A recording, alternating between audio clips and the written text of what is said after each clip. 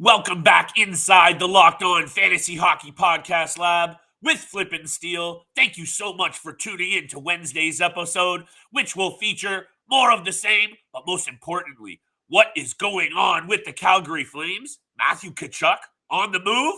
Find out on today's episode. You're Locked On Fantasy Hockey, your daily podcast on fantasy hockey.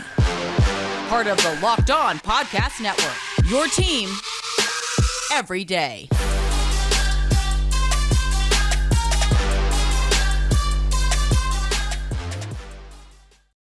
You know the music, and you know what time it is. It is time for the Locked On Fantasy Hockey Podcast with Flip and Steele. It is the Wednesday edition, and on today's episode, my friends, it is time for a classic cornerstone Locked On Fantasy Hockey Podcast segment, a little Who Would You Rather, featuring two big name forwards in the game. Stay tuned for that. We're teasing it up today big time. A little bit of rumblings out of Calgary. A lot of rumblings, I should say, Steele. A Matthew Tkachuk trade pending. We're going to open the show with that, but we're also going to take a look at some top landing spots for the biggest free agent name left on the market in Nazem Kadri, because that will be one of the last important fantasy dominoes to fall, and you want to have your eye on where he goes, because I'm telling you, Naz is in for another good season.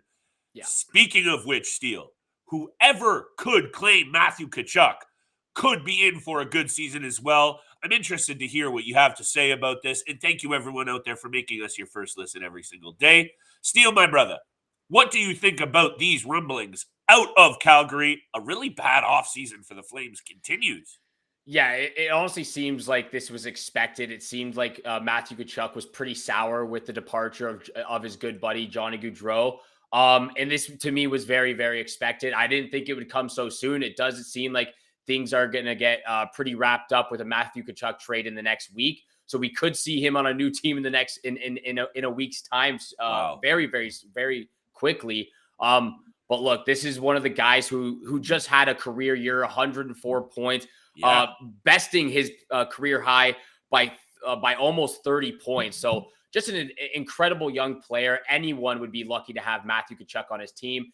And I honestly think Kyle Dubois in the Toronto Maple Leafs should make a push for Matthew Tkachuk. Whoa. I'm thinking trade William Nylander, trade Rasmus Sandin, because he obviously doesn't want to be here, and trade him for Matthew Tkachuk, because that's exactly what the Toronto Maple Leafs need right now. A young guy who's going to put his body on the line, game in and game out, produce offensively, and start some chaos in the meantime as well.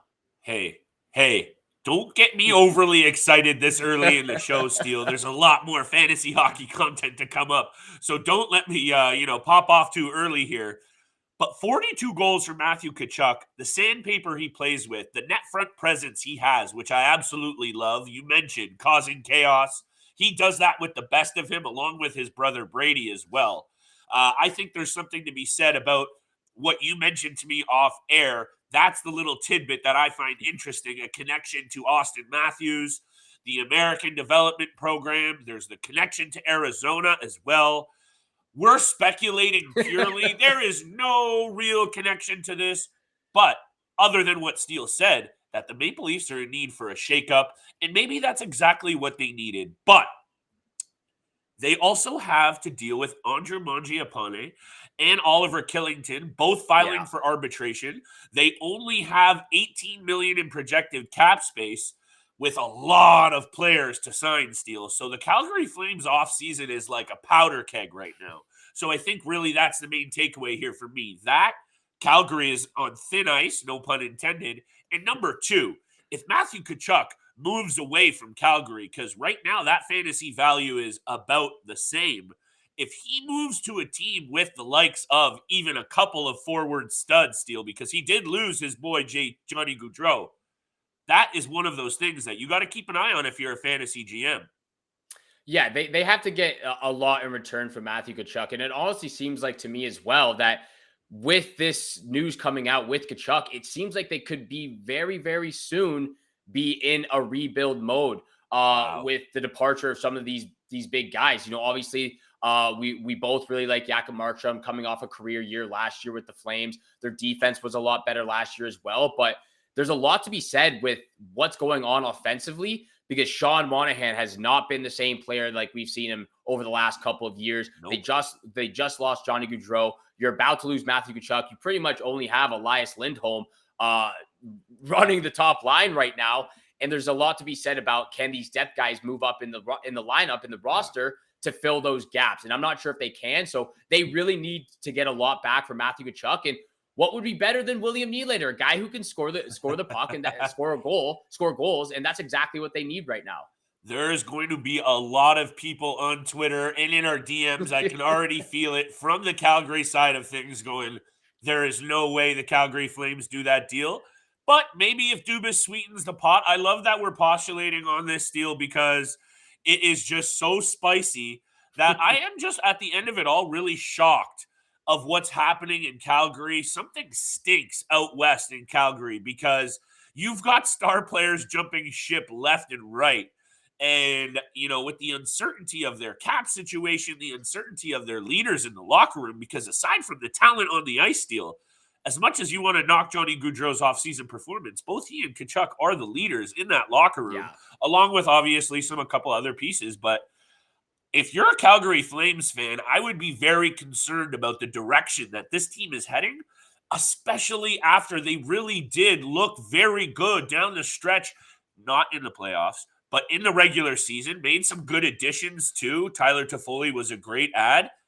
I don't know, Steele. That's going to be a huge disappointment if Tkachuk moves on, but it is something that we will keep an eye on almost every day on the Locked On Fantasy Hockey Podcast. You should keep your eye on us right here. Make sure you follow, subscribe, and hammer that like button. Steele and I are out here getting better every single day. Speaking of which, I am making bets almost every single day on Bet Online, the fastest and easiest way to lay wagers, check in on scores, and all your betting needs. Find your favorite odds, events, and sports from your number one online source.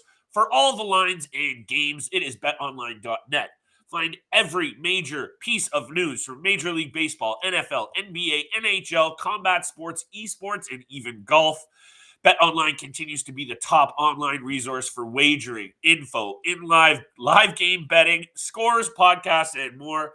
Head to BetOnline today or use your mobile device to learn more about all the action and the trends. BetOnline, where the game starts. Thank you so much for making the Locked On Fantasy Hockey Podcast your first listen every single day. Don't forget, we are free and available on all podcast platforms, which also includes YouTube. So like Flip said, make sure you hit the subscribe and the follow button and don't miss out on any of the episodes Monday through Friday every single week. And if you love watching the NFL as much as Flip and I do, make sure you're tuned in because on starting July 18th, Locked On gives you the 50 most valuable players in the NFL from the odds makers at, of course, Bet Online. Again, available July 18th on Locked On NFL, wherever you get your podcast and on YouTube. And Flip, let's get right into the cornerstone segment that we're going to be doing a lot this upcoming season. Yep. Who would you rather, Alex DeBrincat or Pierre-Luc Dubois edition? Let's get right into it. I'm going to throw it over to you because I'm really excited to see what you have to say. And who would you take? Look, these are these situations that you and I do this segment, which I really do love, and I hope our listeners love. Keep it tapped right here for a lot more of this, like Steele said, in the lead up to the draft, because this is the important stuff you need to hear. But we will be looking at players that are very talented. So on either side of the coin, there is something to be said.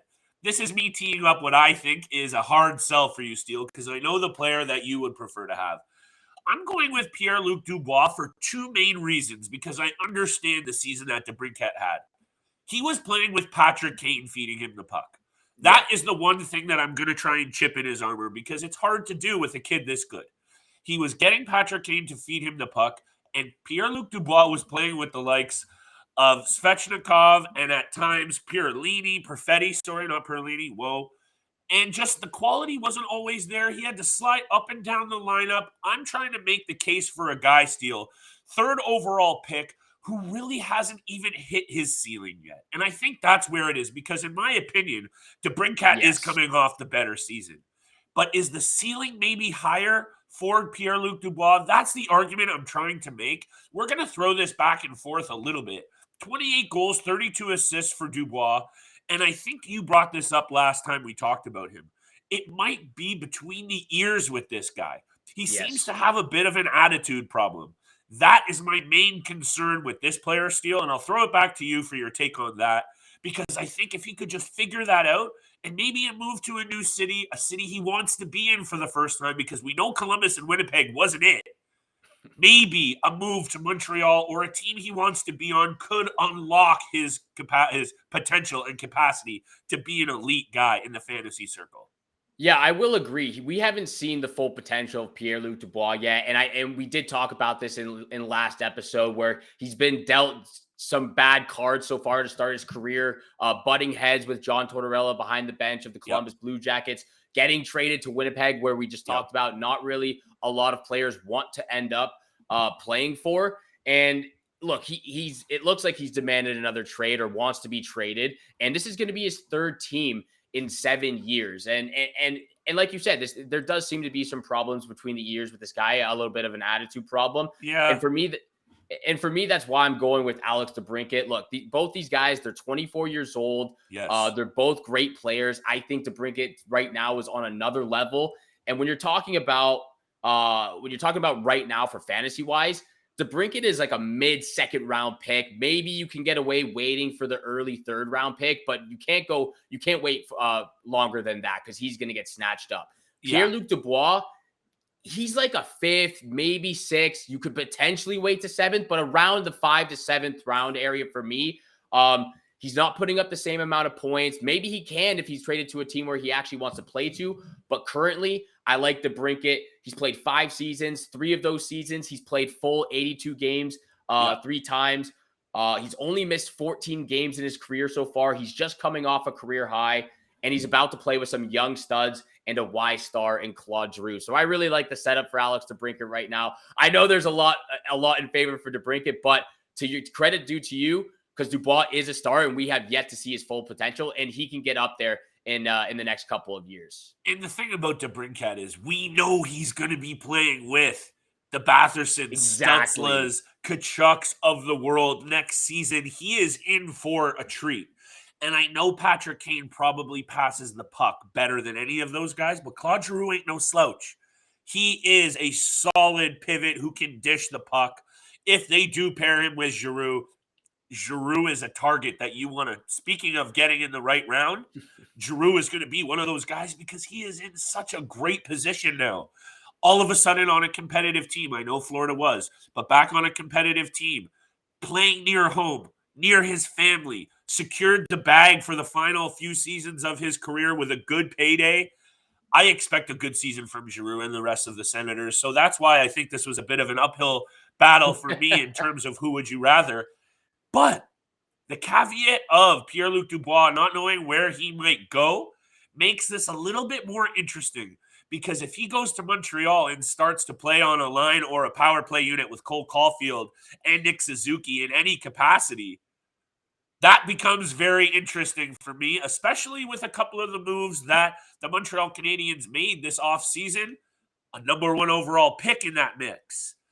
You also have, why am I drawing a blank? Kirby Dach in the mix now, who has some upside. Off a bad season, but still, some of these guys who are coming off a bad season headed into new territory. Kirby Dach is on my radar as a sleeper pick. We'll be doing a couple of sleeper episodes. Make sure you're tuned in for that all summer long, and make sure you're tuned in for the end of the episode where we will be talking about Nazem Kadri and the top landing spots where we think Naz will land. But still, I think I'll leave it at this for you. You hit the nail on the head with where DeBrincat goes, in my opinion, over Dubois. That's clear. But I will also give this in favor to DeBrincat's overall game. And that's me admitting a bit that you do have the right player here.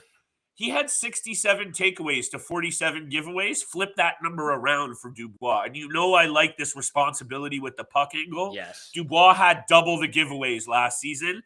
DeBrincat is just a little bit of a more complete player already at 24 is what I want to say. But I'll say this, the ceiling might be a little higher with Dubois, and we will see what happens. And that's actually something I have written down in my notes and I wanted to talk about is at times throughout the last couple of years, we've seen Dubois go through spurts of things not going his way. And when that starts to happen, he starts getting his own head. He starts getting agitated. He starts getting angry, and he starts taking really dumb penalties and starts costing his team those wins and in those moments, just costing his team. So that's another reason why I'm very hesitant for, again, with this who would you rather against Dubois and DeBrincat. But again, like you said, we have yet to see his full potential. And who knows, if he were to get traded to the Montreal Canadiens, again, how much better does the Atlantic Division become if he goes to Montreal? Like, that division is already the best, in my opinion. If he ends up getting traded to Montreal, that again creates another element to maybe Montreal can make a push for a wild card spot if, of course, Price is healthy at the same time. I really do think the New Jersey Devils, Ottawa Senators, even the Montreal Canadiens, Detroit Red Wings. Yeah, Detroit, a lot of those teams that were pushovers for a lot of the season last year. And I know they have some good pieces, and Ottawa had a couple of good runs, but for the most part, these pushover teams took note. They are tired of getting pushed around in that Atlantic. In the Eastern Conference, you and I talked at length about how we felt the momentum swing to the East over the past 2 years. Yeah. These GMs have taken note, and the GMs out there in the fantasy world need to take note as well, because bodies have been flying around, and this is a key time of the offseason. I'll say it again, and I'll continue to say it. This is where your bread is buttered, people. Take it in now and make that money come money season. That's why we're here. And don't forget to hit the subscribe button. Let's get it. Thank you so much for making the Locked On Fantasy Hockey Podcast your first listen every single day. Don't forget, we are free and available on all podcast platforms, which also includes YouTube. So if you want to see Flip and Mind beautiful faces every single day, make sure you hit the subscribe and get all the latest videos on YouTube Monday through Friday. And let's get right into the next conversation, Flip. Yeah. The free agent remaining the top target right now, Nazem Kadri. Let's talk about some potential landing spots, and I'll start us off first because I think this is the easy one to get out of the way, and that's obviously re-signing with the Colorado Avalanche. Yes. It's the top landing spot for both Colorado and Nazem Kadri. He's coming off his best year ever in the NHL, 87 points in 71 games, and I'll keep this really short, but I really think he has matured in the 3 years since being traded from Toronto to the Colorado Avalanche. He even came out and stated that, obviously those big mess ups in the playoffs against the Boston Bruins, costing his team probably a first round victory in that sense, getting suspended both those times really cost his team. And he really needed to learn from that. And that was a big aspect over the last couple of seasons. So I think he really has matured, and he would love to get run it back with the reigning Stanley Cup champ Colorado Avalanche. I think you're right. And after it's taken this long for him to potentially find a new home, it makes me believe even more that he is headed back to Colorado. But they are up against the cap, Steele. Quick look at this number. $3.9 million is not a lot to work with. Nas is going to get paid as well. Like you said, you mentioned it. Career year, 28 goals, 59 assists in only 71 games. If he plays a full season, he's right there, potentially in the top 5 in points. He was just off the pace anyway. And what I really do like about what I've seen from Nas's game, aside from the maturity, is he's really brought it more and more year in and year out. He's upped his game, and that's an exciting thing to see because he's 31 years old still. The fact that he can still take it up another level from 30 to 31 tells me there's a lot left in the tank for Nas. And he does a little bit of everything. And, maybe I'm a little bit biased because he's a good London boy, good Kitchener Ranger, a Toronto Maple Leaf draft pick, and he loved being a Maple Leaf. 7th overall pick. But this is a piece that I would absolutely love to have on my fantasy team because when he's healthy, he's a difference maker in banger leagues. He checks every single box from block shots to hits to PK minutes to PP minutes. He really does a little bit of everything, Steele. And where I think he's going to land, honestly, is Calgary. Calgary has struck out on multiple platforms, multiple fronts. I think they're going to have to overpay a little bit for Nas, but that's something that they can do. They have almost the most cap space in the league, aside from the Sabres, Coyotes, and Ducks, at $18 million. and they're going to have to overpay somebody. I don't know what's going on in Calgary. But also, the one thing that I wanted to throw out there is this is a player that was almost a Calgary Flame back in 2019. I don't know if you remember. The Leafs had a deal done for Nas to go out west, and he vetoed it because he had a 10-team no movement clause. So we know the Flames are very interested in this player, Steele, and I think they just need to salvage their offseason. I don't know what you think about that. No, they do need to salvage it. And of course, if they lose Matthew Tkachuk now too, they're going to need to go out and get a star to play along. But if they lose Matthew Tkachuk, if you're Nas, do you really want to go there? Yes, that's the problem there too. That's the problem. Do you really want to play there if they're about to lose Matthew Tkachuk? Because if not, then he's playing with Sean Monahan and Elias Lindholm when Monahan comes back from surgery, obviously, and he's healthy. But Elias Lindholm, maybe Andrew Mangiapane, when he was just playing with Nathan McKinnon and Gabriel Landeskog and all of those, and Cale Makar. So it's going to be a tough situation. I think you and I can definitely agree on this next team we're about to talk about, and that's the New York Islanders. Again, one of those teams that have a lot in cap space, $11.1 million in cap space to be exact. And they were the only team to not make a deal or a signing during free agency, actually. They have done nothing so far this offseason. They missed out on Johnny Gaudreau. They fired Barry Trotz at the end of the season, which in my opinion was probably the worst decision they've made over the last couple of months. Agreed. Yeah, one of the my favorite coach, to be honest, and very disappointing. Last year they weren't even a bad team. They struggled with COVID for the most part of the first few months. It was just rather disappointing. They were the next team in line to finish in the second wildcard spot, and obviously that was 16 points back, but they were the next team in line. So there was a lot to go for with them. And the thing I'm really going to highlight here for the Nazem Kadri signing is they were the 9th worst in goals for in the league last year. 9th worst in the league last year.